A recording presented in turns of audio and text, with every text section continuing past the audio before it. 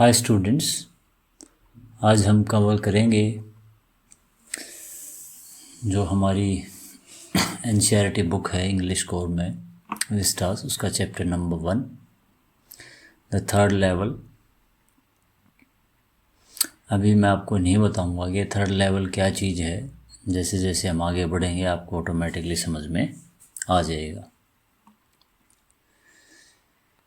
ये जो चैप्टर है जैक फिनी ने लिखा है, आप देख सकते हो यहाँ पे उनका नाम, ठीक है।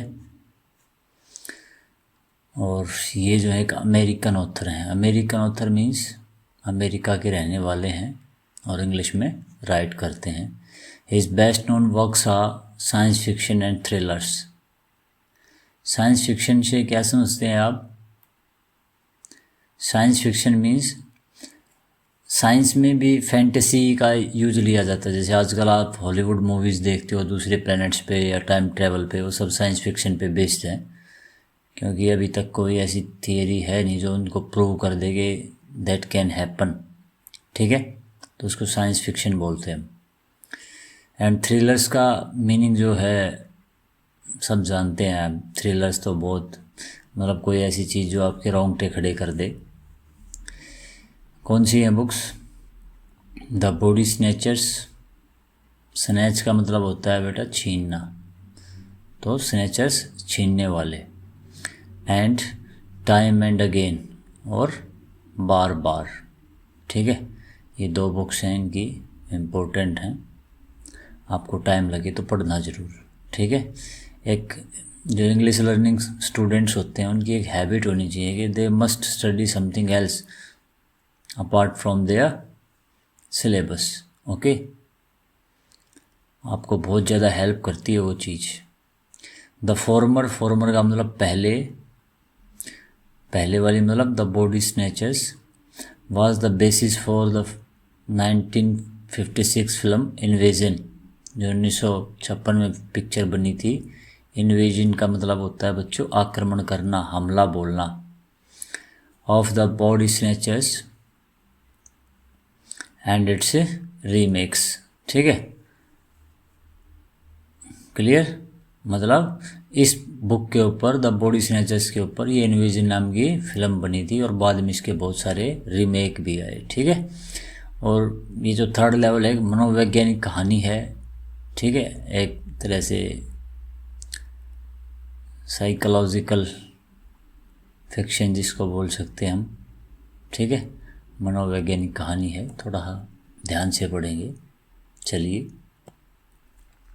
अब जब चैप्टर ओपन होता है, चैप्टर की सेटिंग कहाँ की गई है, जो स्टोरी है कहाँ सेट की गई है? Grand Central station. कहाँ पे है? न्यूयॉर्क, अमेरिका में। ग्रैंड सेंट्रल स्टेशन मतलब रेलवे स्टेशन, जैसे अपना हज़रत निज़ामुद्दीन है, ठीक है, ये न्यू दिल्ली रेलवे स्टेशन है, तो उसको न्यूयॉर्क में जो एक स्टेशन था क्या बोलते थे? Grand Central station. और कुछ स्टोरी का जो हिस्सा है वो कहाँ पे सेट किया गया है? Pittsburgh, Pennsylvania. ये भी कहाँ पे है? अमेरिका में है, ठीक है। तो थोड़ा ध्यान रखना है, ये वर्ड्स आपको बार बार अपने आंसर्स में यूज़ करने हैं। मैं हर वीडियो में बोलता हूँ आपको कि जो वर्ड्स मैंने स्क्रीन पे एनोटेट किए हुए हैं उनको आपको याद रखना है, और वही वर्ड्स जो है आपको टाइम एंड अगेन अपने आंसर्स में यूज़ करने हैं। चलिए थीम देख लेते हैं। The story dwells. डिवेल्स का मतलब आधारित है, ठीक है। डिवेल्स का मतलब आधारित होना। On the theme of escapism. किस थीम पे ऊपर आधारित है? एस्केपिज्म का मतलब होता है बच निकलना, किसी चीज़ से बचने की कोशिश करना, ठीक है। क्लियर? उसको बोलते हैं escapism. So the story dwells on the theme of escapism as a psychological refuge. Psychological का मीनिंग क्या होता है बच्चों? एक मनोवैज्ञानिक। रिफ्यूज का मतलब ऐसी जगह जहाँ पे आप अपने आप को छुपा सकते हो, जहाँ पे आप अपने आप को रोक सकते हो, रहने की जगह। रेफ्यूज, रेफ्यूजी नहीं होते हैं, हाँ, जो अपना स्थान छोड़ के दूसरी जगह पे रहने चले जाते हैं, ठीक है। तो एक साइकोलॉजिकल रिफ्यूज है, मतलब आदमी क्या करता है अपने मन के अंदर ही छुपने की कोशिश करता है, अपनी पर्सनैलिटी को वहीं पे बसाने की कोशिश करता है, जैसा उसका मन चाहता है वैसा एनवायरनमेंट क्रिएट करके। समझाऊंगा मैं आपको। तो साइकोलॉजिकल रिफ्यूज जो है, साइकोलॉजिकल एक तरह से मनोवैज्ञानिक जो बचाव है या जो रहने की जगह है, किससे बचने की कोशिश है? From the grim. ग्रीम का मतलब बच्चों गंभीर, विभत्स, भयानक, रियलिटीज़ जो सच्चाई है, ठीक है, जो घटनाएं हो रही हैं दुनिया में, ऑफ द प्रेजेंट डे, किसकी? वर्तमान काल में, संसार में, world, along with the desire to stay with the past, जिसमें एक डिज़ायर होती है आदमी की कि हम पास्ट में भी रह लें। अब मैं आपको थोड़ा आसान शब्दों में समझाता हूँ। आप भी कई बार बोलते होगे, आप तो अभी उस एज में नहीं आए हो, या हमारी एज में आओगे, या और जैसे हम और बूढ़े होंगे, तो हम बार बार एक ही चीज़ बोलते हैं, बोला यार दिन तो वो थे जब हम स्कूल में जाते थे, या यार आज से 20 साल पहले वाले दिन बहुत याद आते हैं। तो आदमी क्या करता है, जब आदमी वर्तमान काल में दुखी हो जाता है, वर्तमान काल की घटनाओं को देखकर या जो डेवलपमेंट्स हो रहे हैं सराउंडिंग में उसको देखकर, तो आदमी क्या करता है, उनसे बचने की कोशिश करता है और अपने मन में टाइम ट्रैवल करता है। क्या करता है? टाइम ट्रैवल करता है, और एक मनोवैज्ञानिक तौर पर वह क्या करता है, उन दिनों को याद करता है। तो अब वैसे तो टाइम ट्रैवल पॉसिबल नहीं है, पर मनोवैज्ञानिक तौर पर तो हम प्रेजेंट, पास्ट और फ्यूचर में कहीं भी जा सकते हैं, ठीक है, क्लियर है। तो ये स्टोरी उसी पर डिपेंड करती है, एक साइकोलॉजिकल रिफ्यूज है, क्योंकि ये जो कैरेक्टर हैं इसमें, जो मेन कैरेक्टर है चार्ली, वो क्या है, जो वर्तमान संसार है उसकी जो ग्रीम रियलिटीज़ हैं, जो घटनाएं हो रही हैं, उनसे वो ऊब चुका है और वह अब इसमें ज़्यादा नहीं रहना चाहता। वह बचने की कोशिश करता है वर्तमान काल से, और अपने आप को कहाँ ले जाने की कोशिश करता है? पास्ट में। किस लेवल पे? साइकोलॉजिकल लेवल पे। साइकोलॉजिकल का मतलब क्या है? उसका मन ये सारे खेल खेलता है, ठीक है। हम बैठे बैठे प्रेजेंट, पास्ट और फ्यूचर कहीं भी जा सकते हैं। तो चार्ली का जो मन है वो उसको कहाँ पे लेके जाने की कोशिश करता है? पास्ट में लेके जाने की कोशिश करता है। आ गई होगी थीम समझ में मेरे हिसाब से। कैरेक्टर्स देखते हैं, और फर्स्ट कैरेक्टर इज चार्ली। हमारा जो मुख्य प्रोटैगोनिस्ट है या जो मुख्य कैरेक्टर है चैप्टर का, वो क्या है? चार्ली है, ठीक है। He is an ordinary person, वह एक सामान्य सा व्यक्ति है। ऑर्डनरी क्या होता है बच्चों? सामान्य, ठीक है, सामान्य सा व्यक्ति है। Who likes to collect stamps, जिसको पसंद है क्या? Stamp collection. स्टैम्प क्या होती हैं बच्चों? जो डाक टिकट होती हैं, कोई आदमी उनको इकट्ठी करता है, तो वो एक हॉबी होती है, पास टाइम होता है। तो इसकी क्या हॉबी है? स्टैम्प कलेक्ट करने की हॉबी है। ये जो मैं हाईलाइट कर रहा हूँ बच्चों वर्ड्स, ये आपको याद रखने हैं। डिज़ायर्स ए पीसफुल लाइफ, इसकी इच्छा है कि वह एक क्या जिए? शांति भरी जिंदगी जिए। And goes to work like any regular person, और काम करने जाता है जैसे हम लोग या आप लोग ऑफिस में जाते हो, काम करने जाते हो, वैसे ही, ठीक है। और सेकंड कैरेक्टर इज लुइजा। ये जो है लुइजा, ये इसकी वाइफ है, चार्लीज वाइफ, ठीक है। इसका क्या रोल है आगे पढ़ेंगे हम। थर्ड कैरेक्टर शैम है। शैम एक डॉक्टर है जो कि एक साइकेट्रिस्ट है। साइकेट्रिस्ट क्या होता है? ट्रीट्स साइकोलॉजिकल डिसऑर्डर्स, ठीक है, जो कि मानसिक जो बीमारियां होती हैं उनको साइकेट्रिस्ट ठीक करता है। तो आप यहाँ पे ये चार्ली लगा सकते हो, ये शैम, ठीक है, ये चार्ली है। ये ग्रैंड सेंट्रल स्टेशन देख सकते हो, रेलवे स्टेशन, ठीक है। ये ओल्ड 1894 की बात है। ये स्टोरी क्या है? 1894 में सेट की गई है, ठीक है। चलिए आगे बढ़ते हैं। अब होता क्या है, जैसे चैप्टर ओपन होता है, Charlie tries to assert. Assert का मतलब साबित करने की कोशिश करता है, पक्का करने की कोशिश करता है। हिज विजिट, अपनी यात्रा, to the third level of Grand Central station. जो ग्रैंड सेंट्रल स्टेशन है उसका थर्ड लेवल का मतलब तीसरी मंजिल। एक्चुअली में होता क्या है कि इस ग्रैंड सेंट्रल स्टेशन में, इसमें केवल 2 ही मंजिल हैं, ठीक है। कितनी मंजिल हैं? 2 ही है। परंतु चार्ली जो है, जो चैप्टर का रीडर है, उसको यह असर्ट करने की कोशिश करता है, विश्वास दिलाने की कोशिश करता है कि थर्ड लेवल की वह कहाँ पे गया है, ग्रैंड सेंट्रल स्टेशन के थर्ड लेवल पे गया है, जबकि वहाँ पे कितनी मंजिल हैं, सिर्फ 2 ही हैं। तो चार्ली वहाँ पे तीसरी मंजिल में कैसे पहुँच गया, ठीक है। तो चार्ली बड़ी माइन्यूट डिटेल्स देता है, उसने वो कॉरिडोर लिया, वहाँ से वो दरवाज़ा ओपन किया और ऐसा दिखता था, ये था। तो हमें विश्वास दिलाने की कोशिश करता है कि yes there is a third level of Grand Central station, ठीक है। अब वह इस बात को लेकर अपने मित्र डॉक्टर शैम के पास जाता है, कंसल्ट करता है, जो कि साइकेट्रिस्ट है, ठीक है, स्पेलिंग देख लेना साइकेट्रिस्ट की। और शैम को ये सारी बात बताता है। एक्चुअल में इसने क्या है, अपने मन के अंदर ये एक कहानी बुनी है, एक वेब तैयार किया है, परंतु इसको नहीं पता चलता कि इसका मन ही इसके साथ क्या है, गेम खेल रहा है, ठीक है। तो डॉक्टर शैम के पास जाता है और कंसल्ट करता है कि वह थर्ड लेवल पे गया है, ठीक है। सैम ब्लेम कर देता है, यह जो चीज़ हो रही है चार्ली के साथ, यह जो घटना घट रही है, उसको ब्लेम करता है। उसकी जो इच्छा है, डिज़ायर है, किसकी, चार्ली की, टू एस्केप, बचने की, फ्रॉम द हार्श का मतलब जो कठोर सच्चाई है, किसकी, आधुनिक संसार की। शैम बोलता है कि भैया थर्ड लेवल कोई चीज़ नहीं है, बस बात यह है कि तो जो आधुनिक संसार है उसकी जो हार्श रियलिटीज़ हैं उनसे क्या करने की कोशिश कर रहा है, बचने की कोशिश कर रहा है, इसलिए तेरा जो मन है वो तेरे साथ गेम खेल रहा है। बाकी थर्ड लेवल नाम की कोई चीज़ एग्जिस्ट नहीं करती। वहाँ पे 2 स्टोरीज़ हैं और तू तीसरी स्टोरीज़ में सिर्फ अपने मन के थ्रू गया है, फिजिकली वहाँ पे नहीं गया है, ठीक है। चार्ली रीबर्ट का मतलब उसका अपोज करता है। रीबर्ट का मतलब जब हम किसी बात का जवाब देते हैं।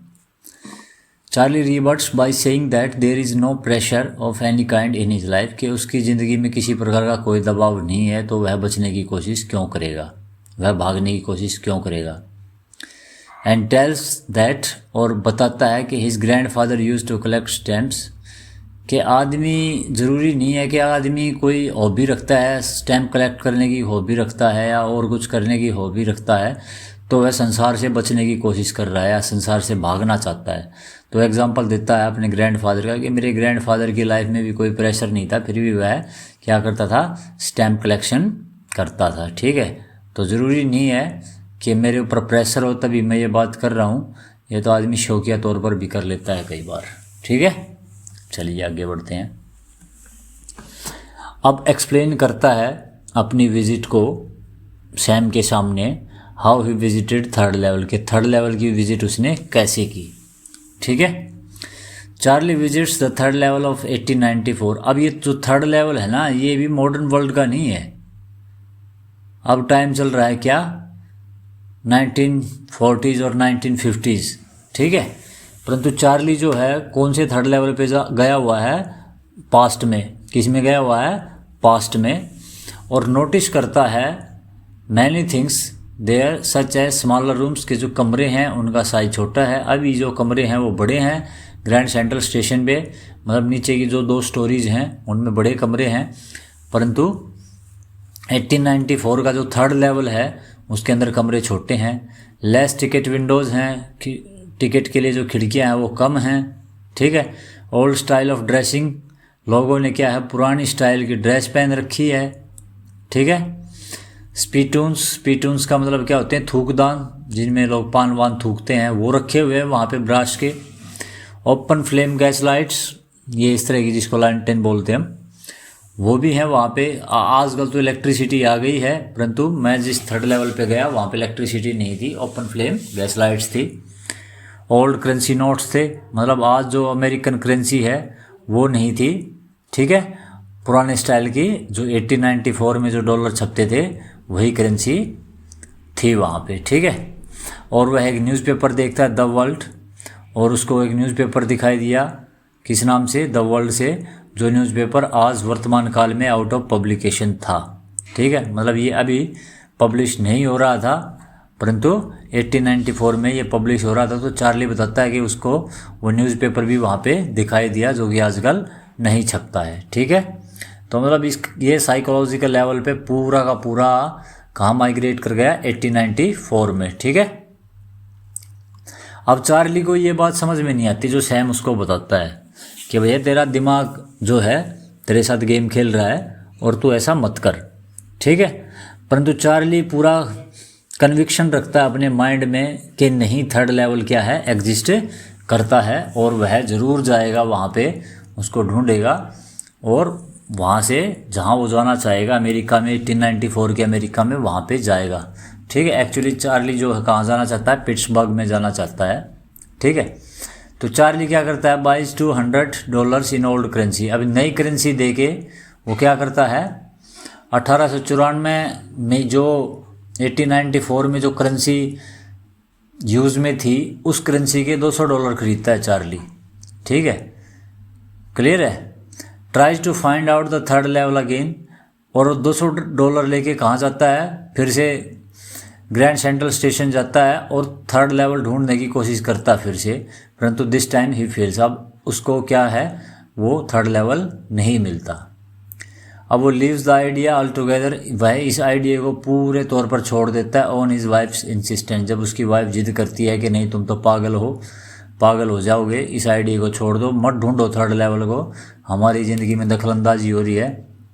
तो लुइजा क्या करती है, इसको चार्ली को समझाती है कि ये दिमाग का जो भूत है इसको उतार दो। तो सैम मान जाता है और वह इस आइडिया को छोड़ देता है। वन डे चार्ली फाइंड्स, ऐसा आएगा यहाँ पे, a letter in his collection. Charlie को एक लेटर मिलता है अपने कलेक्शन में। इट वाज फ्रॉम सैम, यह किससे आया था, सैम से, वही जो साइकेट्रिस्ट था। Who tells him that he is living in Galesburg in 1894। अब सैम क्या करता है, सैम खुद एस्केप कर जाता है। सैम को थर्ड लेवल मिल जाता है। चार्ली दोबारा नहीं ढूंढ पाता, परंतु सैम उस थर्ड लेवल के लिए चला जाता है और सैम को मिल जाता है। क्योंकि देखो यहाँ पे जो स्टोरी है वो ये बताती है कि चाहे बेशक साइकेट्रिस्ट हो, ठीक है, चाहे कोई मनोवैज्ञानिक डॉक्टर हो, परंतु मॉडर्न वर्ल्ड की जो हार्श रियलिटीज़ हैं उससे तो वो भी आहत होता है और वो भी कहीं ना कहीं ज़िंदगी में शांति चाहता है। तो स्ट्रेस करता होता है कि इवन साइकेट्रिस्ट भी कई बार क्या है, मेंटली अपसेट हो जाते हैं। ठीक है। तो सैम क्या करता है, चार्ली के बताए हुए थर्ड लेवल पर खुद चला जाता है और 1894 में टाइम ट्रैवल कर जाता है। वो वहाँ से ट्रेन पकड़ के गेल्सबर्ग चला जाता है और वहाँ से लेटर लिखता है किसको, चार्ली को। ठीक है। तो यहाँ पे एक लैप्स ऑफ टाइम है कि वहाँ से उसने 1894 से लेटर लिखा और लेटर वो चार्ली को कब मिला, अब प्रेजेंट में मिला। ठीक है, क्लियर हो गया। तो यहाँ पे टाइम लैप्स हो गया बहुत सालों का। सैम चार्ली को बोलता है, चार्ली एंड लुइजा दोनों से पूछता है to keep searching for the third level, कि थर्ड लेवल के लिए ढूंढते रहो। As life was quite easy there, क्योंकि 1894 का जो लाइफस्टाइल है वो काफ़ी अच्छा है और पीसफुल है मॉडर्न लाइफस्टाइल की बजाय। ये तो हम बोलते ही हैं कि यार पुराना ही टाइम ठीक था, या हमारे जो टीचर थे वो आज के टीचर से अच्छे हैं। ठीक है। या जो पहले लोग आपस में शेयर करते थे चीज़ों को, साथ में बैठते थे, आजकल वो नहीं रहा, सेक्लूजन हो गया, लोनलीनेस होगी लाइफ में, या फ़ोन्स आ गए तो जो फेस टू फेस कम्युनिकेशन है वो ख़त्म हो गया। तो इस तरह की चीज़ें आदमी सोचता है। जो समय चला जाता है वही अच्छा लगता है। जब दुख का टाइम आता है तो हम सुख के दिनों को याद करते हैं। चार्ली भी वही काम कर रहा है। ठीक है। क्योंकि जो चैप्टर है ठीक वर्ल्ड वार, जो सेकेंड वर्ल्ड वार हुआ उसके बाद ये लिखा गया है। ठीक है। तो आदमी चाहता है कि यार जो अब दुनिया का हाल हो गया है किसी तरह से बचा जाए। So viewers, I hope you understood the chapter very well. यदि आपको वीडियो पसंद आई, इन्फॉर्मेटिव थी, तो प्लीज़ सब्सक्राइब और शेयर करना न भूलें। और एक जो सबसे महत्वपूर्ण बात ये है कि यार आप लोग कमेंट नहीं करते। कमेंट करो, चाहे उसमें गालियाँ लिखो, चाहे अच्छे करो चाहे बुरे करो, पर करो, क्योंकि कमेंट से मुझे पता चलेगा कि इसमें क्या लूप होल्स हैं या मैं कहाँ पे इम्प्रूव कर सकता हूँ, या जो मेरी ऑडियंस है, आप लोग हैं, वो किस तरह के वीडियो चाहते हो। ठीक है। कमेंट करना न भूलें, प्लीज़ कमेंट ज़रूर करें। Thank you very much. Have a nice.